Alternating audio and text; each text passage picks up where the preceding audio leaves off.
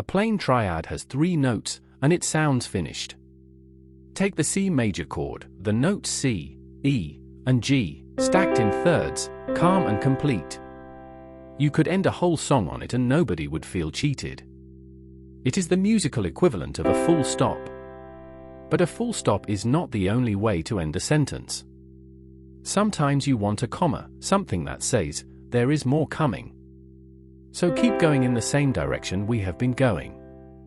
We built the triad by stacking thirds. From C up to E is a third, and from E up to G is another third. Now stack one more third on top, and you land on the note beat for notes now, instead of 3. Listen to how the chord changes. It is fuller, a little more curious, no longer quite at rest. It leans forward instead of standing still. That extra note has a name. It is called the 7th, because it sits a 7th above the root note, C. And that single added third, that one extra note on top, is the whole idea behind every chord we are about to build. Master that one move, stacking a third on top of a triad, and you have unlocked an entire new family of richer, more expressive chords. Let's start with the 7th chord you have heard the most, even if you never knew its name, the dominant 7th. It is the sound of tension, of a chord that wants to go somewhere. Back on C, take the major triad again, the notes C, E, and G, bright and stable. But this time, the third we stack on top is the note B flat, not B natural. Just one key lower than you might expect.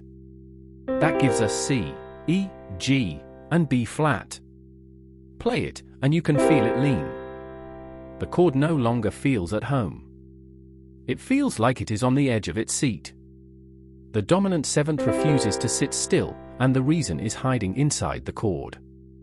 Look at the 2 middle notes, E and B flat. Count the keys between them, including the black ones. They are 6 semitones apart, and that distance is a tritone, the most restless interval in all of Western music.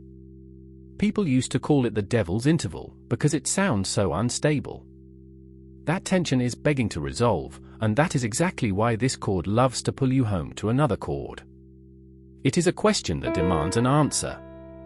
This is also where the dominant 7th gets its name. In a key, the chord built on the 5th note of the scale is called the dominant, and a 7th stacked on top of it is what gives that chord its hunger to fall back to the home chord. This restless pull is the engine of the blues, where almost every chord is a dominant 7th, growling and bending toward the next.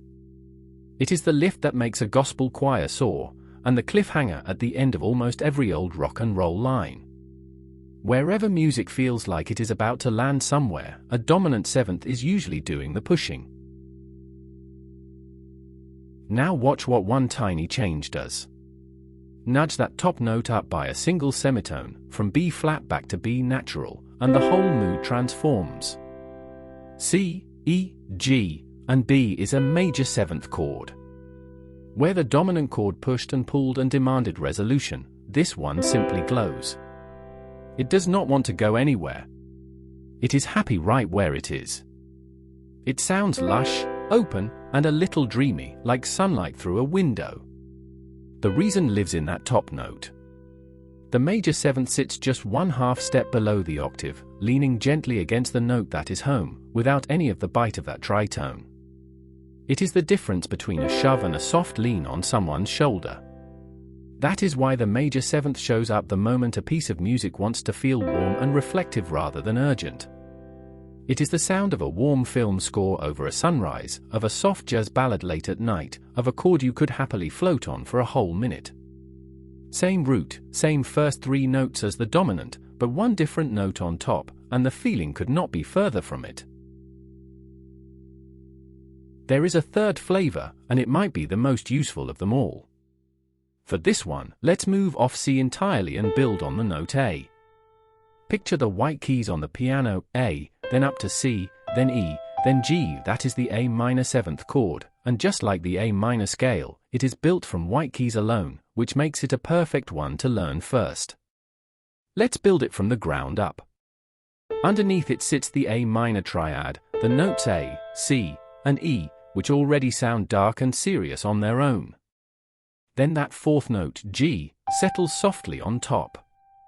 Notice it does not fight the chord the way the dominant seventh did. It just sinks into it. The minor seventh is the smoothest member of the whole family. There is no tritone tugging at it, and none of the bright major glow. Instead you get a mellow, relaxed, slightly wistful color. It is the sound of a quiet groove, of a rainy afternoon, the kind of chord a bass player can sit on all night long without ever needing to move. If the dominant seventh is a question and the major seventh is a contented sigh, the minor seventh is a shrug, easy and unhurried. So why bother learning all three? Because the moment you start using seventh chords, your music grows up. Plain triads are the primary colors, bold and simple. Seventh chords are all the subtle shades in between. And here is the best part, they are designed to work together. String them into a sequence and you get one of the most famous moves in all of music, a progression that musicians simply call the 2-5-1.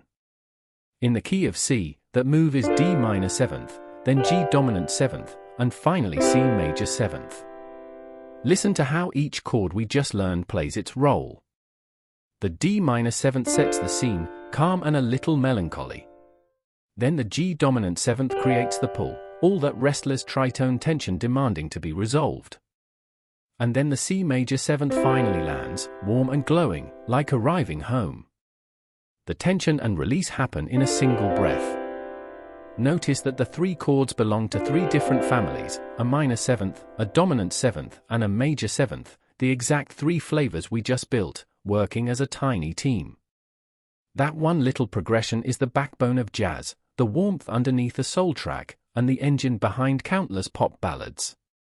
From Autumn Leaves to the Beatles to modern film scores, this same handful of seventh chords keeps doing the heavy lifting. Once your ear learns to recognize it, you will start hearing it absolutely everywhere. So here is the whole story in one line. A triad gives you the basic chord. A seventh, that one extra third stacked on top, gives the chord its mood. Dominant for tension, the chord that pushes. Major for shimmer, the chord that glows. Minor for warmth, the chord that relaxes.